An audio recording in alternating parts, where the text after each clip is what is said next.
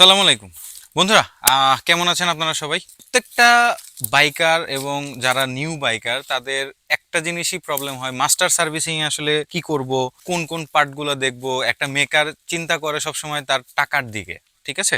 তো টাকাটা জিনিসটা যখন আপনাকে একজন মাস্টার সার্ভিসিং করে দিবে, ওই সময়টা কিন্তু মেকার কিন্তু আপনার দিকে তাকাবে না, আপনার বাইকের দিকেও তাকাবে না, তাকাবে হচ্ছে তার টাকা। এবং সে যত কম সময়ে যত বেশি টাকা ইনকাম করতে পারবে, এটাই কিন্তু তার হচ্ছে প্রফিটেবল বিজনেস। সো আশা করি এই ব্লগটা আপনাদের অনেক উপকারে আসবে। এবং আমি আগে ব্লগের শুরুতে বলে নিচ্ছি যে আমি যে আহ, প্রত্যেকটা আইটেমের নাম বলবো এবং সিরিয়ালি বলবো, এইটাই যে মেকাররা করবে তা কিন্তু না। আপনারা একজন মেকার ফার্স্টে এটা করতে পারে, একজন মেকার আমার লাস্টেরটা ফার্স্টে করতে পারে। সো আপনারা একটু ভালো করে দেখবেন। এবং এটা পার্ট আকারে দিব, আমি কয়েকটা পার্ট হবে। তো পার্টগুলো আমি আপনাদেরকে বলে দিব যে কি কি আইটেমগুলো আপনারা প্রত্যেকটা মাস্টার সার্ভিসিং এর সময় করবেন। আচ্ছা, চলুন ভিডিও স্টার্ট করি। প্রথমে যে আমার আইটেমটা হবে, মানে প্রথম যে টপিকটা, সেটা হচ্ছে ব্রেক নিয়ে। ফ্রন্ট ব্রেক এবং রেয়ার ব্রেক দুইটাই কিন্তু আমরা সবাই জানি, বাট এই দুইটার মধ্যে কিন্তু অনেক কিছু আছে যেটা আমরা হয়তোবা জানিও না অনেকে, আবার অনেকের অনেক কিছুর নাম জানি না। তো আমিও অনেক সময় ভুলে যাই, যার কারণে আমি মোবাইলে ছবি তুলে নিয়ে আসছি এবং প্রত্যেকটা পার্টসের নাম লিখে নিয়ে আসছি। সো কথার মধ্যে দেখা যাবে যে আমি ভুলে গেলে আমি আমার ফোন দেখতে পারি। এর জন্য আপনারা কেউ বিরক্ত হবেন না, ধৈর্য সহকারে একটু কষ্ট করে ভিডিওটা দেখবেন। তো ফার্স্টে হচ্ছে হাইড্রোলিক ব্রেক নিয়ে কথা বলি। হাইড্রোলিক ব্রেকে কিন্তু আমাদের অনেকগুলো পার্টস থাকে। শুধু আমরা কি জানি, একটাই জানি, সেটা হচ্ছে হাইড্রোলিক ব্রেকে কি ব্রেক প্যাড থাকে, ব্রেক ফ্লুইড থাকে, পাম্প থাকে, পিস্টন থাকে। এটা কি অনেকে জানে না, কিন্তু হাইড্রোলিক ব্রেক শোর ভিতরে কিন্তু একটা ক্যালিপার্সের ভিতরে কিন্তু হাইড্রোলিক পিস্টন থাকে, এটা কিন্তু আমরা জানি না। ফ্রন্ট ব্রেকের ভিতরে দেখা যায় যে হচ্ছে হাইড্রোলিক ব্রেক প্যাড থাকে। ব্রেক প্যাডটা আপনারা অবশ্যই অবশ্যই সার্ভিসিং এর সময় এটা চেক করে নেবেন যে এটা কি অবস্থা আছে, ক্ষয় হয়েছে নাকি কোনো প্রকার কোনো ইফেক্ট আছে, এটা একটু দেখে নেবেন। তারপরে আপনার আসবে হচ্ছে স্প্রিং। ব্রেক শোর দুইটাকে একটা স্প্রিং দ্বারা নিয়ন্ত্রিত করা হয়। এটা যখন আপনি লিভারটা চাপ দিবেন, তখন ওই স্প্রিংটা আপনার ব্রেক পিস্টনটা, ব্রেক দুটোকে চাপ দিয়ে হাইড্রোলিক ব্রেক প্যাড যেটা আছে ওইটাকে কিন্তু চাপায় দিচ্ছে, যার কারণে আপনার ব্রেকিং হচ্ছে। আর যখন ছেড়ে দিবেন, ওই স্প্রিংটা কিন্তু আপনার ওইটাকে ছেড়ে দিবে। আচ্ছা, হ্যাঁ, হাইড্রোলিক স্প্রিংটা হচ্ছে আপনারা চেক করবেন অবশ্যই অবশ্যই। ক্যালিপার রাবার, অর্থাৎ আপনাদের হাইড্রোলিক ব্রেকের পাশে একটা শ্যাপ থাকে, ওই শ্যাপটাতে দেখবেন একটা রাবার থাকে কালো কালারের। ওই রাবারটা কিন্তু অনেক সময় ছিঁড়ে যায়, এবং ওই রাবারটা কিন্তু ছিঁড়ে গেলে আপনার ব্রেকটা ঠিক মতো হবে না। এই জিনিসটা চেক করতে হবে। ব্রেক পিস্টন, আপনারা ছবিতে দেখতে পাচ্ছেন, এই দুটো হচ্ছে ব্রেক পিস্টন।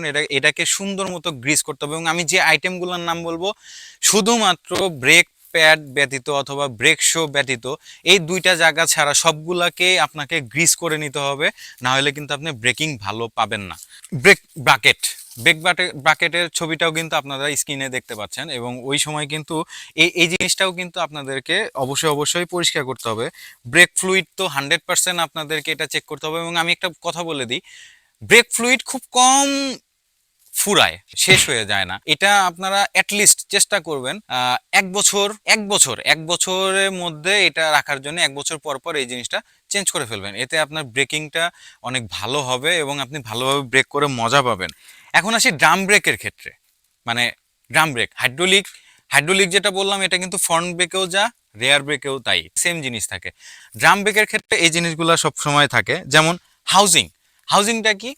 হাউজিংটা হচ্ছে আপনারা ছবিতে দেখতে পাচ্ছেন, পুরো একটা ব্রেক শো যখন হচ্ছে একটা কিছুর মধ্যে আটকানো থাকে, ওইটাই হচ্ছে হাউজিং। এবং হাউজিং এর সাথে থাকে হচ্ছে ড্রাম রাবার। এই ড্রাম রাবারটা যদি নষ্ট হয়ে যায়, তখন দেখবেন চাকাটা হালকা ফলস করে, যার তখনই বুঝতে পারবেন যে ড্রাম রাবারটা নষ্ট হয়ে গেছে। কিংবা অতিরিক্ত যারা বাইক রাইড করেন, তাদের অতিরিক্ত গরমে আপনার হচ্ছে ড্রাম রাবারটা নষ্ট হয়ে যায়, এবং ড্রাম রাবারটা চেঞ্জ করে নেবেন। তারপরে থাকে হচ্ছে ব্রেক শ্যাপ।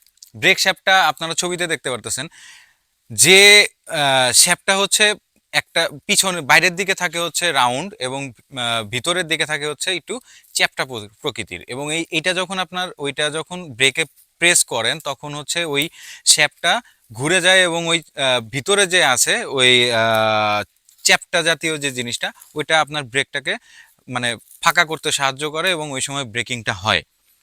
এবার আসি spring.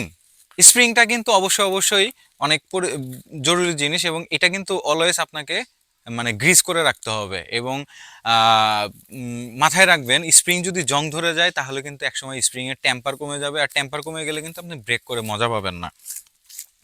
Drum brake show, drum brake show hydraulic break show যেমন, ঠিক তেমনি ড্রাম ব্রেক শোটাও আছে। এবং ড্রাম ব্রেক শোটা আপনাকে অবশ্যই যখন চাকা খুলবেন তখন অবশ্যই এটা কিন্তু ঘষে একটা হালকা শিরিষ কাগজ, যেমন 400 নাম্বার অথবা 200 নাম্বার, 200 নাম্বার দিয়ে ঘষলে একটু তাড়াতাড়ি ক্ষয় হয়ে যায়। আপনারা বেটার বলবেন হয় 320 অথবা 400, এই দুইটা নাম্বারের যে শিরিষ কাগজ আছে এগুলো দিয়ে ঘষে দিতে বলবেন, দেখবেন অনেক সুন্দর স্মুথলি ব্রেক করতে পারতেছেন। তো বন্ধুরা, আজকের ভিডিওটা এই ব্রেকের উপরে থাকলো। বড় ভিডিও বানাইলে আপনারা অনেকে বিরক্ত হয়ে যাবেন, তো প্রত্যেকটা নেক্সট পার্টের জন্য আশা করবেন নেক্সট পার্টে আরো ভালো কিছু আশা করতেছি দিব ইনশাল্লাহ। ভালো থাকবেন সবাই, সুস্থ থাকবেন, আল্লাহ হাফেজ।